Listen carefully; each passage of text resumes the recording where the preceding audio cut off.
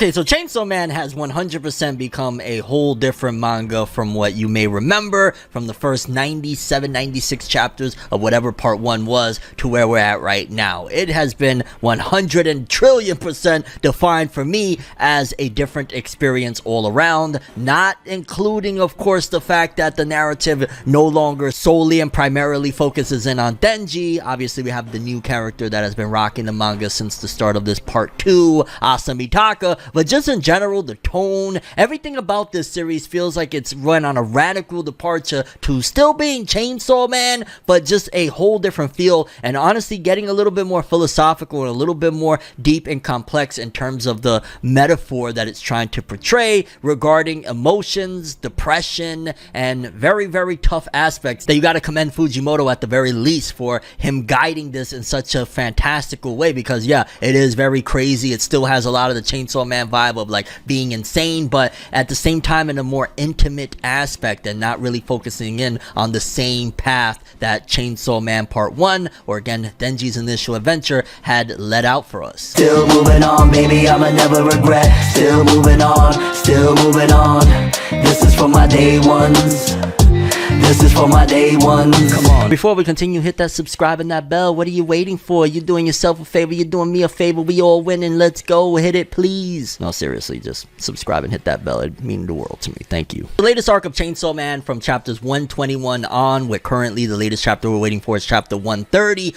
I call it Falling Devil arc, although I'm not sure what the official name is going to be when it's all said and done, has felt even a bit of a departure from the previous parts of the series that we've had with the second half thus far. The fact that it feels like it's going more towards diving into Asamitaka and Yoru's psyche, and in general not only the bond that they've started to obtain, but also just seeing how much Asa has really been suffering, because the series has started off with showcasing that she's not a typical student, she's not a typical person, she does have her own quote-unquote demons that she's facing, aside from this devil that has infiltrated her body, Yoru, after the very first chapter. But in general, it feels like this arc especially has slowly but surely peeled back the layers of what Asamitaka is really dealing with from chapter 121, 122, from when she experiences a whole bunch of dudes just trying to delete themselves by hopping off of a building. I was like, okay, because I started off this video saying yes, that Chainsaw Man does feel like it's different, but there's still a lot of that shock factor and goriness,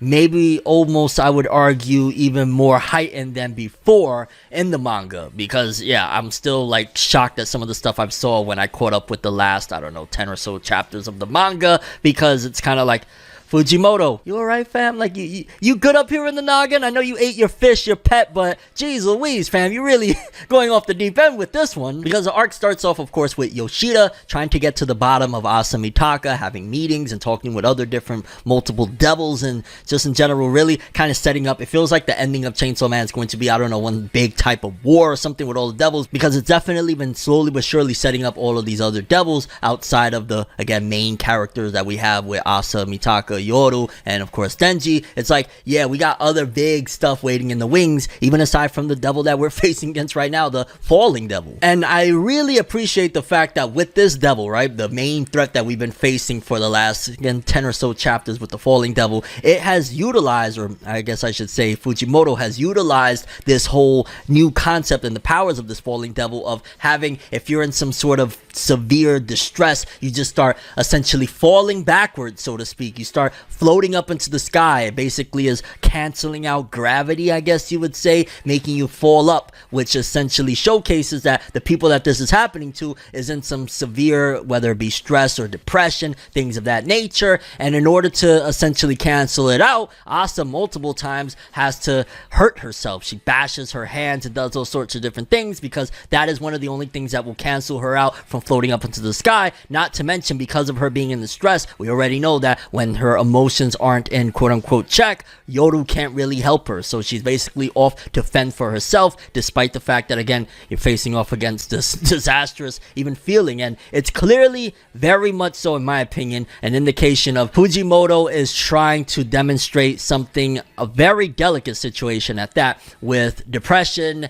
And to a certain degree, I feel like this is almost a metaphor for what people do during depression, how they hurt themselves. It's like, yes, it's in a crazy grandiose way of like, what the hell, you know, you're floating up into the sky and you bashing yourself to hurt yourself so you can stop floating up into the sky. But if you think about it, the more you're depressed, it's floating you up into the sky, and hurting yourself is kind of bringing you back down to reality. And that's probably the psyche or mindset that you would imagine somebody that is dealing with depression and, you know, inflicting self-harm, which by no means does this video condone that or anything of those sorts, but it definitely feels like that's the twisted mindset of somebody that is dealing with that situation, and honestly how they would face it. And considering the fact that it's a bad situation and the catalyst is a devil, it would make sense for it to be just all distorted to begin with, because ideally, no, you wouldn't hurt yourself to stop yourself from falling into depression. You would get help, which again Tatsuki Fujimoto does very well with eventually introducing and bringing Denji back into the fold of being kind of like a hero in a way to Asa, but at the same time I like that he doesn't necessarily completely utilize Denji, as he's the one that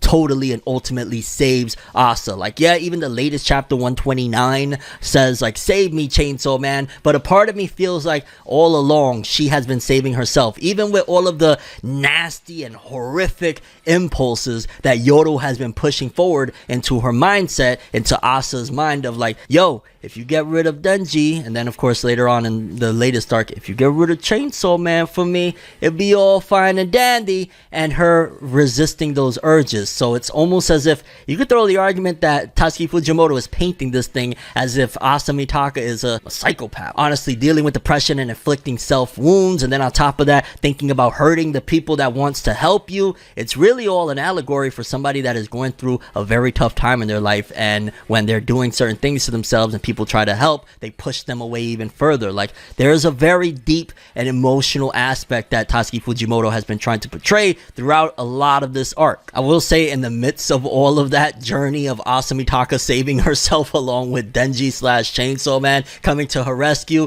it does feel a lot more depressing than most of the series. I feel like it's gotten a lot more graphic and gory, and trust me, I understand we had Halloween in part 1 of Chainsaw Man, so by no means am I saying that this is new for the series per se, but it definitely feels like it's been a lot more heightened from the start of, again, people jumping off the buildings, deleting themselves, and then on top of that, seeing the battle between Chainsaw Man and the falling devil and chopping, constant blood everywhere. It's felt like downright satanic to a certain degree, like, what the hell? And another aspect of this series that has definitely transformed from, you know, even early days of Chainsaw Man is the fact that it almost feels like it's guiding itself into a Bonnie and Clyde-esque situation regarding the relationship between Denji / Chainsaw Man and Asa Mitaka / Yoru. Obviously, Yoru hates Chainsaw Man, but Asa likes Denji and Denji likes Asa. So it's like their counterparts have a rivalry and hatred. Well, I don't know if Chainsaw Man even cares about Yoru, but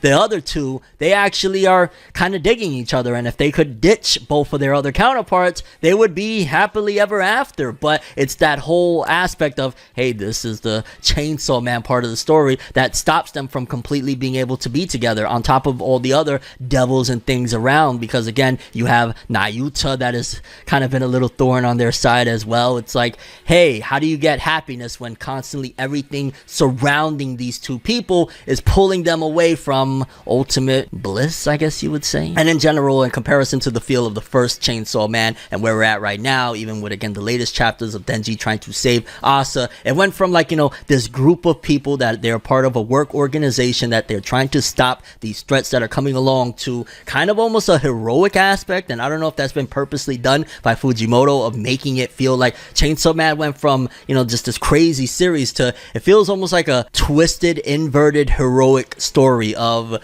her trying to save herself and Denji still trying to play hero at the end of the day. Kind of to a certain degree getting it done. I mean, we still haven't finished the fight against the falling devil, but yeah, Denji's been chopping it up, so to speak. And also, let's just be very clear about it. It is so obvious, to me personally at the very least, with one of the latest introductions of something to Denji's arsenal, the Chainsaw Man, the Super Chainsaw Man motorcycle. It's like, okay, I see what you're trying to do, Fujimoto. You want them to make a Chainsaw Man motorcycle thingy-majig for, like, you know, merchandising purposes. I understand, Fujimoto. It does look kind of cool, I ain't gonna lie. But that romantic aspect has definitely been a pivotal aspect of pushing this whole story and narrative forward, of, again, Asa Asa being lonely, dealing with her emotions, dealing with her depression, dealing with falling, so to speak, and having somebody, quote unquote, there to catch her, with that being, of course, Denji. But at the same time, we still have some of Denji's old ways lurking, because that's one of the aspects, I guess you would say, of like, yes, Denji has grown a lot. We see that he's taking care of Nayuta and taking that job of being a, whether it be father figure, big brother, whatever you want to call it, extremely serious. But then there's other aspects of Denji that just hasn't left yet. The fact that even during this whole scenario with the falling devil ready to freaking chop them to pieces at any given moment, Denji's like, yeah, dog, there's still some other reasons to live. You know what I'm saying? You gotta live, bro. Yo, Asa, relax, just chill. Like, one of my goals is I'm trying to get laid, bro. That's my goal. And I love Asa's disgust of him, because that's been, for the most part, through and through, her having this disdain for Chainsaw Man. And it almost is, in a weird way, this psychotic version of like Superman, Batman, and Lois Lane. If you ever seen the crossover where Superman and Batman had, I think it was like during the Superman the Animated Series, where Lois likes Superman and she likes Bruce Wayne, but she doesn't like Clark Kent and she doesn't like Batman. Asa likes Denji but doesn't like Chainsaw Man. Yoru doesn't really care for either of them, but especially wants Chainsaw Man dead. And Denji likes Asa, but I don't even think he's aware of what's happening with Yoru, because Denji's so stupid and he just wants to get laid. What a manga we're reading, huh? But that's been par for the course with Chainsaw Man. And as a whole, it's definitely shrunk down the amount of cast that we've had from the previous series. Clearly, like, again, these last 10 chapters has really been Asa for the most part on her own, seeing again from time to time Yoshida talking with other devils, and of course, yet again, Denji crashing the party in an epic way. But it feels a little more intimate, and I appreciate that aspect of Chainsaw Man, and it kind of shows and gives you a little bit more of the foibles of even these characters, of this is how we get to experience and understand the depths of Asa's depression and what she's dealing with in her falling into the sky, because we have all this time to focus in on one character. And I'm not quite sure how it's been reading this thing weekly, because again, I read the last 10 chapters in one big binge, but as far as for a binge read, it felt like it went by very quick. It's been very epic, very gruesome, very gory, a little bit on the depressing side, but at the same time, again, having a little bit of hope. Asa wanting to break free from this depression that she's feeling, even though it's, again, a little bit dark, of like hurting herself. It's like, come on, fam, I get the allegory, but this is a manga, damn it. I get it, it's Chainsaw Man, Jump Plus, you can get away with more, but come on, dog, come on. And Denji still being Denji, but at the same time being more of a hero. It's like Chainsaw Man, when it's all said and done, might be one of the most epic and gruesome hero mangas of them all, despite the fact that it doesn't really feel like it's a hero, or was it supposed to be a hero manga? Like, what? I'm just saying though, when it comes to epicness, who would you choose? Chainsaw Man or Superman? I mean, I get it. Well, Superman will vaporize Denji in a heartbeat, but overall, it seems like the story is gearing up to head towards grander pastures. The fact that Denji had even a reminiscing moment thinking about power yet again because of his connection is getting stronger with Asa. I would like to see, if they're not going to flirt around with the idea and actually get to it, I would like to see Denji and her actually becoming a couple, whether it be that she doesn't completely know yet that Denji is actually Chainsaw Man, although I'd imagine if they did become a couple, it probably would be very short-lived. There wouldn't be a chapter or two until Yoru figures out that Denji is 100% Chainsaw Man, and it's curtains for the whole situation. Or Nayuta being like, yo, get that crazy bitch out of my house, dog.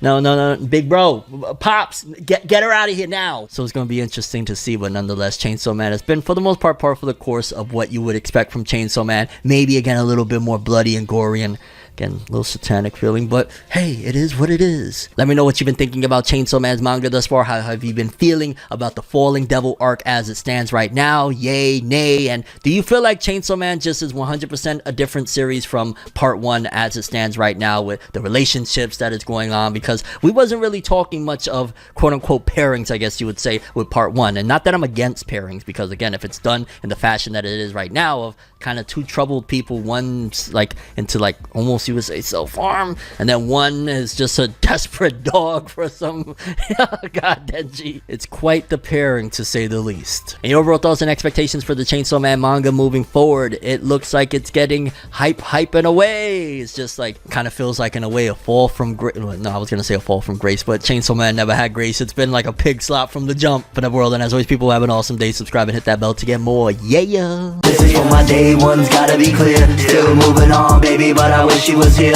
Still moving on, baby, but I gotta get there. Still moving on, baby, I'ma never forget. Still moving on, baby, I'ma never regret. Still moving on, still moving on. This This is for my day ones. My day ones. This is for my day ones. My day ones.